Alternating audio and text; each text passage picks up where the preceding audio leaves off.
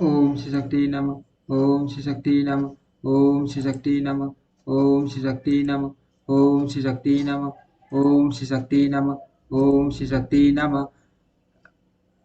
अग्नि तीर्थ हिरण्य संगम तीर्थ धर्म तीर्थ आदि की महिमा। महादेव जी कहते हैं पार्वती साबरमती के पास ही ईशान कोण में पालेश्वर नामक तीर्थ है जहाँ संती देवी प्रतिष्ठित है। वह योग माताओं का पीठ है जो समस्त सिद्धियों का साधक है। वहाँ जगत पर अनुग्रह करने और सब देवताओं का कार्य सिद्ध करने के लिए माताएं परम यत्न पूर्वक स्थित है। उस तीर्थ में दृढ़ता पूर्वक व्रत का पालन करते हुए 3 रात निवास करके मनुष्य संडीपति भगवान शंकर के समीप जा उनका दर्शन करे और उनके निकट साबरमती नदी में स्नान करके समाधि विधि से युक्त हो मार्ग मंडल के दर्शन के लिए जाए। ऐसा करने से मनुष्य श्रेष्ठ गोदान का फल पाता है। अग्नि तीर्थ में स्नान करके चामुंडा का दर्शन करने पर मनुष्यों को राक्षस भूत और पिशाचों का भय नहीं रहता।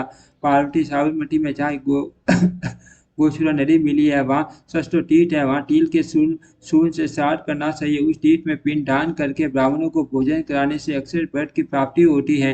पूर्व काल में कुकरदम नामक एक पापिष्ट एवं दुर्दर्श राजा रहता था जो बड़ा ही खल बुढ़ अहंकारी ब्राह्मणों का निंदक गो हत्यारा बाल घाटी और सदा उन्मत्त रहने वाला था। पिंडदार नामक नगर में वह राज्य करता था। एक समय धर्म के ही युग में उसकी मृत्यु हो गई। मरने पर वह प्रेत हुआ। उसे हवा तक पीने को नहीं मिलती थी। अतः वह अनेक प्रेतों के साथ करुण सबर में रोता और हाहाकार मचाता हुआ इधर उधर भटकता फिरता। एक समय दैवयोग से वह अपने गुरु के आश्रम पर जा पहुंचा। पूर्व जन्म में उसने कुछ पुण्य किया था जिसके योग से उसे गुरु का सत्संग प्राप्त हुआ। पार्वती पूर्व जन्म में वह वेद पाठी ब्राह्मण था और प्रतिदिन महादेव जी की पूजा तथा अतिथियों का स्वागत सत्कार करके ही भोजन करता था। उस पुण्य के प्रभाव से वह श्रेष्ठ ब्राह्मण पिंडार पुंड में राजा कुकरदम के रूप में उत्पन्न हुआ। जब तक उसने राज्य किया कभी मन और क्रिया द्वारा भी पुण्य कर्म नहीं किया था। इसीलिए दैवत मृत्यु होने पर वह प्रेत राज हुआ। सूखा हुआ मुंह कंकाल शरीर पीला रंग विकराल रूप और गहरी आंखें यही उसकी आकृति थी।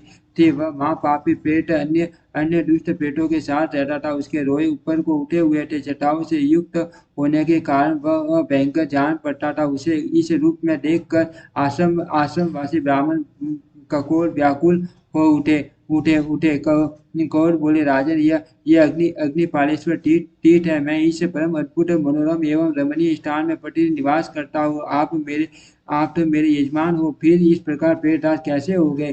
पेट बोला देव मैं वही पिंडालपुर का कुकर्दम राजा हूँ। वहां रहकर मैंने जो कुछ किया क्या उसे सुनिए। ब्राह्मणों की हिंसा असत्य भाषण प्रजाओं का उत्पीड़न जीवों की हत्या गौों को दुख देना सदा बिना स्नान किए ही रहना सज्जन पुरुषों को कलंक लगाना भगवान विष्णु और वैष्णवों की सर्वदा निंदा करना यही मेरा काम था। मैं दुराचारी और दुरात्मा था। जहाँ जी मैं आता वहीं खा लेता। कभी भी 100 साल का पालन नहीं करता। दिव्यराज उसी पाप कर्म के योग से मैं मृत्यु के बाद से प्रेत योनि में पड़ा हूँ। यहाँ नाना प्रकार के दुख सहन करने पड़ते हैं। जिसके माता पिता सज्जन एवं बंधु बांधव नहीं है उसके लिए गुरु ही माता है और गुरु ही उत्तम गति। ब्राह्मण ऐसा जानकर मुझे मोक्ष प्रदान कीजिए। कौर ने कहा राजन मैं आपकी प्रार्थना पूर्ण करूंगा। आपके साथ जो 11 प्रेत और हैं इन्हें भी इस तीर्थ में मुक्ति दिलाऊंगा। पार्वती यूं कहकर ब्राह्मण कौर ने सबके साथ तीर्थ में जाकर तिल से पिंडदान एवं जलदान का कार्य किया। तीर्थ में मांस और तिथि का कोई विचार नहीं है। वहां जाकर सदादि कर्म करने चाहिए। यह बात पूर्व काल में ब्रह्मा जी ने मुझसे कही थी। ब्राह्मण के द्वारा श्राद्ध क्रिया पूर्ण होने पर उस श्रेष्ठ तीर्थ में वे कभी पेट मुक्त हो गए और उत्तम विमान पर बैठकर मेरे धाम को चले गए। सिद्धेश्वरी जहाँ साबरमती के साथ गोसुरा नदी का संगम हुआ है वहाँ स्नान और दान करने से करोड़ यज्ञों का फल होता है। कपालेश्वर क्षेत्र में जहाँ अग्नि तीर्थ है वहाँ साबरमती नदी मुक्ति देने वाली बताई गई है। देवी यदि मैं उड़ीसा तीर्थ इंडिया संगम का वर्णन करता हूँ। वह मान तीर्थ है। पूर्व काल में जब साबरमती गंगा 7 धाराओं में विभक्त हुई उस समय वह ब्रह्म कन्या सप्त स्रोता के नाम से विख्यात हुई। उसके 7वें स्रोत को ही हिरना कहते हैं। टैक्स और मंजू के बीच में सत्यवान नामक पर्वत है। उससे पूर्व दिशा में हिरण्य संगम नामक मारटीट है, जिसमें स्नान और जलपान करने से मनुष्य शुभ गति को प्राप्त होता है। वहां से वनस्थली में जाए और पापा आदि भगवान नारायण का दर्शन करे। ये वही स्थान है जहाँ भगवान नर और नारायण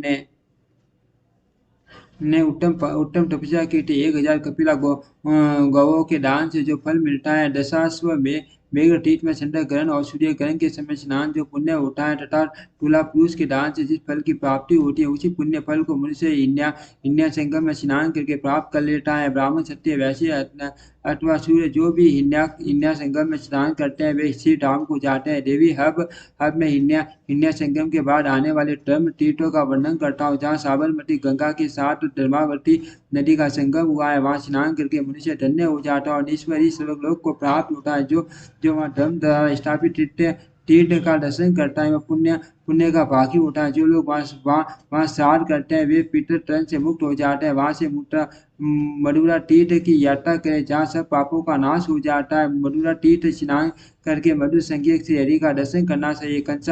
कंसासुर का वध हो जाने के पश्चात सब भगवान श्री कृष्ण द्वारकापुरी को जाने लगे। उस समय उन्होंने चंदना नदी के तट पर 7 रात तक निवास किया। उसके बाद भोज वैष्णि और अंधक वंशियों से घिरे हुए वे समस्त यादव वीरों के साथ मथुरा तीर्थ में आए और वहां विधि पूर्वक स्नान करके द्वारकापुरी हो गए। जो मनुष्य तीर्थ में स्नान करके मधु नाम से विख्यात भगवान सूर्य की पूजा करते हैं और माघ की शुक्ल पक्ष की सप्तमी को कपिला गौ का दान करता है, वह इस लोक में दीर्घ काल तक सुख भोगने के पश्चात सूर्य लोक को जाता है। ओम श्री शक्ति नमः।